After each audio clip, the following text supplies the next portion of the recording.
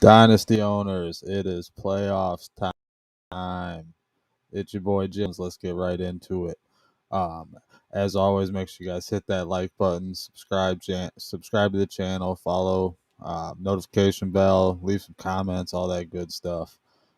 Things are a little different this year. I know last year we had the freeze for the free agents when playoff time started. This year, that will not be happening. You won't be able to make trades, but you will be able to pick up free agents. The trading's done. We announced it several times. I hope all you guys caught that. I hope none of you have any pending trades that you needed to go through or anything like that. I will be here for the next couple weeks, giving you guys free agents all the way through championship week. Don't forget, if you missed the playoffs, we have the toilet bowl. You will be able to earn the 13th overall pick in the upcoming rookie draft by winning that. That is a big addition to your roster. It's just a free pick right before the second round happens. This year, that pick was Michael Carter, Rashad Bateman, players in that area. So it'll definitely be a valuable pick. It's definitely worth competing for. So just because you missed the playoffs don't mean it's time to stop putting lineups in. Make sure you get them lineups in and try to get them points and get that extra pick. It's very, very helpful, as I said. As always, before we hit the free agents, we will go ahead and hop right into Jay's weekly recap. I do have a couple extra free agents this week. It's the first week of playoffs. I figured people are going to be scrambling a little bit. Some of these guys are depending on injuries and things like that. So I think I threw 7 of them in there for you. So it'll just give you a little bit of options. You might have to do some homework on a few of them to make sure their teammates aren't going to play and things of that nature. But they should help you out, especially on your bench. Let's go ahead and hit this recap real quick, and we'll go over the players. The first game we got, my Steelers, man, they're just getting blown out left and right.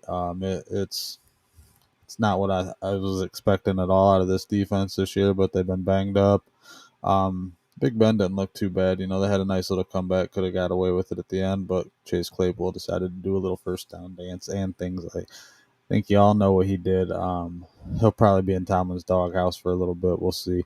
The Ravens and the Browns. The Browns just squeaked by the Ravens, even though Lamar Jackson didn't play. They had Tyler Huntley, man. You only beat him by 2 points. That's not good. Baker didn't have a horrible game, but he did turn the ball over once. And I've been saying it all year. When the rest of the team plays well, the Browns can win with Baker Mayfield, and that's what happened Sunday. If they have Lamar Jackson, oh, the game don't even look anywhere near that. So hold your reservations on that. We'll see what happens this week. They got the Raiders, not exactly a tough matchup, but my God, if Baker loses, that the fans in Cleveland will have his head. I'm not going to cover all the games this week. It's just I want to get into it with 7 free agents. I don't want to make the video too long. So we'll hit the important ones. There was a couple crap bowls this week anyway. We got the Raiders and the Chiefs. Chiefs, man, look like the best team in football over the last month. I know it's been a little quiet because the offense hasn't had the explosions we're used to seeing, but that defense, special teams is all playing well. They look like a well-rounded football team, and it looks like they're going to be scary come playoff time. Mike McCarthy came out and guaranteed a win. Ron Rivera told him it was a mistake. He's seen all that drama, I'm sure. Didn't work out for the football team. Cowboys ended up winning that one, and it looks like they're going to have a home playoff game this year in Dallas, barring a total meltdown out of the Cowboys. Jerry World gets to host a playoff game. We'll see if Dak can get it together. If he can't, man, they ain't going anywhere. He has been struggling. Missed two playoff spots because of him and Travis Kelce just killing me over the last 2 weeks. All I need to do is win one game in both of them over the past 2 weeks, and I couldn't even do that because Dak and Kelce, man, they hurt me bad. After that, we got my 2 games of the week: the Niners and the Bengals, and the Bills and the Buccaneers. Both went into overtime. Both were very fun and exciting. The Bills did start really slow. They had a hell of a comeback, but at 7-6, they're the 7th seed in the AFC. Things are not looking good for what the expectations were this season. Just not what I was expecting out of the Bills. Sucks to see, honestly. I was really, really kind of pulling for them this year. I'm not too sure why. They're just a likable team. They haven't won anything in a long, long, long time. Even an AFC championship in several years. So it'd be nice to see, and then the Niners and the Bengals, that one went into overtime too. The only takeaway I got from that one is George Kittle is a monster, and if he's not getting 10 to 15 targets a game, the 49ers are doing it wrong. The only thing you can say about the Bears-Packers is Aaron Rodgers owns the Bears. He's correct. I don't know why people get so mad about that, because he's not lying. And last but not least, we got the Monday night matchup, the Rams and the Cardinals. It was a good one. Kyler Murray played probably his worst game of the year. Granted, he did throw for 383 yards, but 2 picks. It just wasn't the Kyler Murray you were expecting to see. Only 23 total points, And if they're able to hang in with the Rams like that on a very off day from Kyler Murray per se, I didn't get to watch the whole game, so I don't know if the picks were exactly his fault just yet or not. But just looking at the stat line, it wasn't your Kyler Murray day. But man, if he can get hot and this team can play, they can stay playing at the way they've been playing over the last few weeks, they are going to be scary to match up against in the playoffs. And with Kyler Murray's ability to extend plays, as long as he can stay accurate with the football, they got a solid shot at a Super Bowl. That's all I got for Jay's weekly recap. Let's go ahead and hit these free agents real quick. The first one we got here is quarterback Tyler Huntley. He is Baltimore Raven. He is on a 1-year, $780,000 deal. He is 20.12% rostered. This is one of the guys I was talking about. You're going to have to watch Lamar. They're saying he might play this week. I highly doubt they play him this week. They're in the thick of a playoff race. They do have a game up right now on the Browns, so they can kind of be comfortable a little bit. Personally, I would let Lamar sit this week and then, get him back out there the week after. But they do have a huge matchup against the Packers, so it is something you're going to have to watch. Lamar may end up trying to gut it out and get out there in a huge matchup. This one is a game I really do hope Lamar plays, but I don't see it. Huntley stepped in and filled in admirably against the Browns. He was 27 to 38 passing. He had 270 yards and a touchdown. He did have 2 fumbles. He added 45 yards on the ground, so he's going to pick up that rushing work that Lamar gets as well. You probably won't see as much of it, especially with the 2 fumbles. But if Lamar doesn't play and he can figure out how to hold on to the football, he is a viable fantasy quarterback. Hiccups. After that, we got a mainstay on the article. We got Josh Reynolds. You guys are probably tired of hearing this guy's name by now, but he's still under 70% roster. I know the threshold's 65, but I think I'm going to move it up to 70 next year just because there's usually some quality players each week in that 65 to 70 range. So I think I will move it up for next season. But nonetheless, this will probably be the last week you guys see Reynolds. He had his normal five target, 3-4 catches, 50-plus yards. He did not find the end zone, but when he does find the end zone, it's going to be 14, 15 points on your bench, and you're getting 25% of that. You cannot complain, especially, if you're a toilet bowl right now. That's the time to pick these types of guys up, bolster your bench, and help you make a push for that 13th overall pick. I do believe we locked I should have checked on this. I apologize. I did not. I do believe we locked the draft order for the non-6 playoff teams right now. So that's set. So winning extra games here in this toilet bowl isn't going to affect your draft positioning any. But you do have a chance. You could be the number 1 overall pick and get this 13th pick as well. Plus you have the 14th pick heading into the second round. So you can really, really kind of help bolster your roster with that. So I definitely recommend even the lower level teams get involved in this free agency and pick those guys up. It'll definitely help you in the long run. After that, we have Braxton Barrios, wide receiver, New York Jets, 1 year, $650,000 roughly. He's 40.83% rostered, and I know this one looks ugly, but he led the Jets in targets last week. Corey Davis and Elijah Moore are both out. I believe Corey Davis is for the season. Elijah Moore's only going to miss 2 or 3 weeks. I do know that one for sure.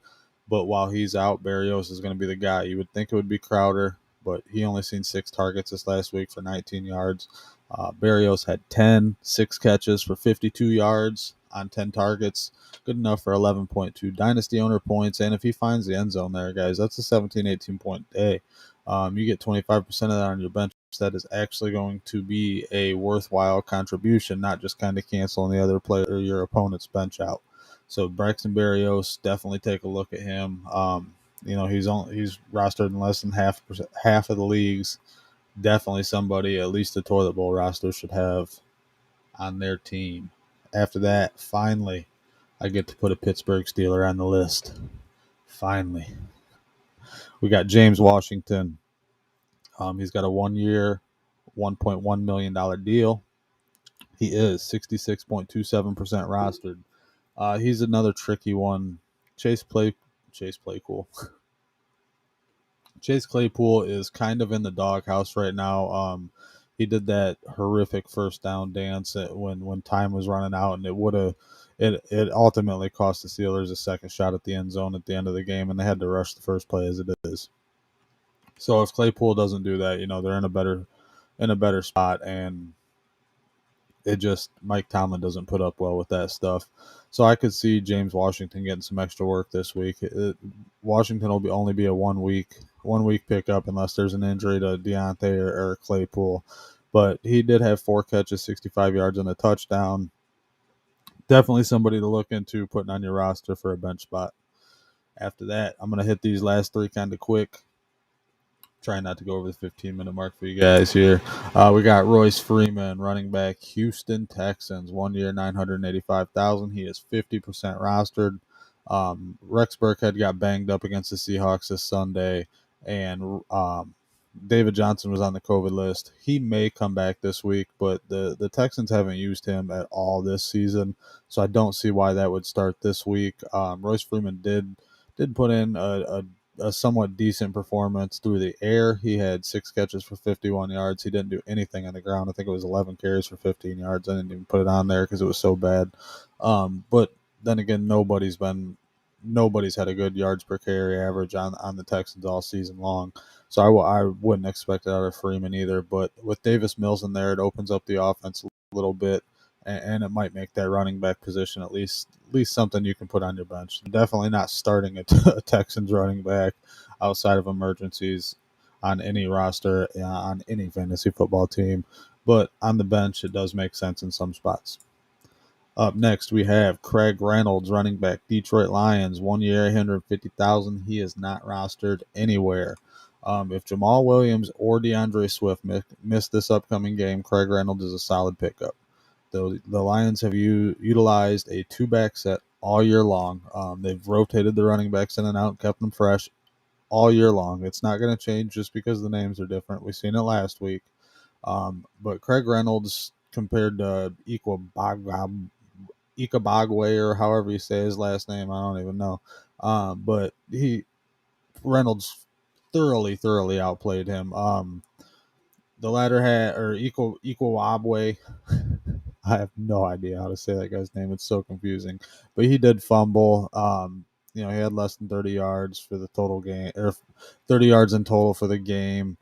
And Craig Reynolds was able to add 11 carries for 83 yards against a pretty tough Broncos defense. So it was pretty impressive what he was able to do for a no-name back. Obviously 0% rostered. Just somebody you want to keep your eye on in case one of these two miss the game. If one of these two do miss, Reynolds will get a solid amount of work. I would expect at least 9 to 12 touches if Swift or Williams misses the game. And last but not least, guys, we got Josiah De Gora, tight end, Green Bay Packers, 3 years, $1.1 million.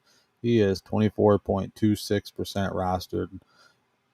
De Gora is a rookie this year.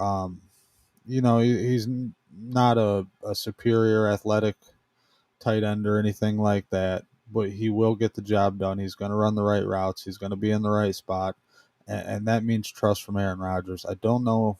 This is somebody I look at for next year and beyond as well, just because of his age, and with Robert Tonyan being on a 1-year deal and tearing his ACL. He highly doubt he's back with the Packers next year unless Rodgers for some reason goes back. But that would leave De Gora as the starting tight end in Green Bay for possibly years to come, especially if he can continue to grow.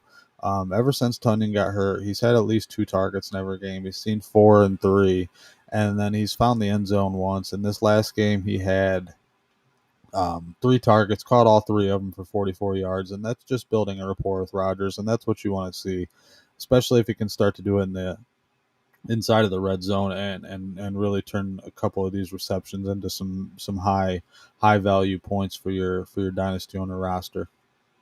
That is all I got for you guys this week. Again, please like the video, comment. I'll always comment back. Had some good conversations with people. Shout out to Blake and Eli. You know, we always, or Blake. Why did I say Blake? Bryce and Eli. We always have solid conversations about football. Talk a lot, even about things that aren't football. Just a great community altogether, and I hope you guys join in and be part of it. Thanks for watching. Stay safe out there. And